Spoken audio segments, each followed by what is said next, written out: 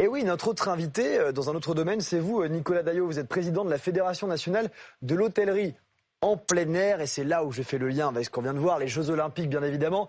Vous qui dirigez ces campings, notamment, enfin qui êtes à la tête de cette fédération, les Jeux Olympiques vous ont boosté, j'imagine, pendant ces 2 semaines au total ? Alors, les Jeux Olympiques, c'est évidemment une nouvelle formidable pour le tourisme français, mais c'est vrai que les campings sont très peu situés en Île-de-France. On a 80 établissements dans cette région et c'est vrai qu'eux ont été boostés, très clairement. Ils ont même été archi complets pendant toute la période des Jeux. Par contre, c'est vrai qu'on est principalement à la campagne et sur le littoral et pas forcément dans les espaces où il y avait des épreuves d'organiser.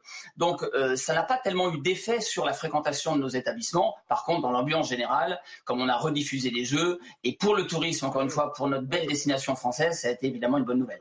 Mais beaucoup moins que pour les hôtels qui, eux, ont été directement concernés par la fréquentation liée aux Jeux.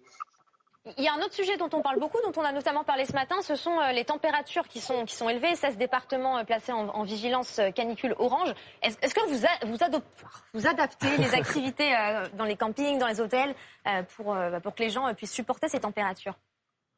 Alors, composer avec la chaleur, vous savez, c'est toute l'histoire du camping. C'est la raison pour laquelle la très grande majorité des campings français ont été créés à côté de rivières, de la mer, évidemment, et puis des lacs. Et c'est aussi la raison pour laquelle on a près de 4000 piscines et espaces aquatiques, plus de 1000 toboggans dans les campings, toboggans aquatiques, parce que nos clients vont passer leur journée entière dans l'eau, que ce soit dans la piscine ou dans les espaces naturels aquatiques. Ils vont alterner les deux.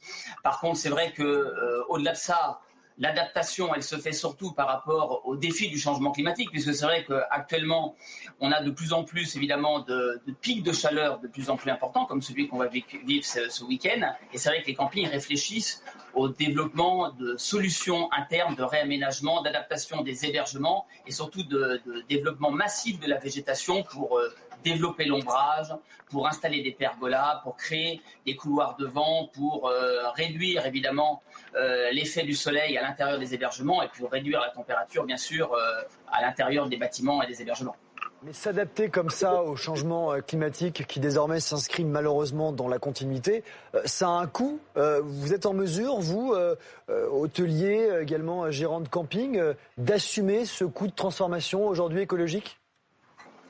Alors oui, de toute façon, on n'aura pas le choix puisque c'est bien aux entreprises de supporter ces transformations. Ce qu'on demande au pouvoir public, c'est de créer une réglementation adaptée justement aux modifications internes qu'on va devoir opérer, puisqu'il va falloir obtenir des autorisations d'urbanisme pour pouvoir transformer les bâtiments, parfois les repenser, parfois les agrandir, pour pouvoir également réaménager les structures internes, parce que quand on installe des pergolas, lorsque on déplace les emplacements, parfois lorsqu'on déplace les campings aussi. Le changement climatique va nous obliger à réaménager les établissements, mais parfois à les déplacer légèrement.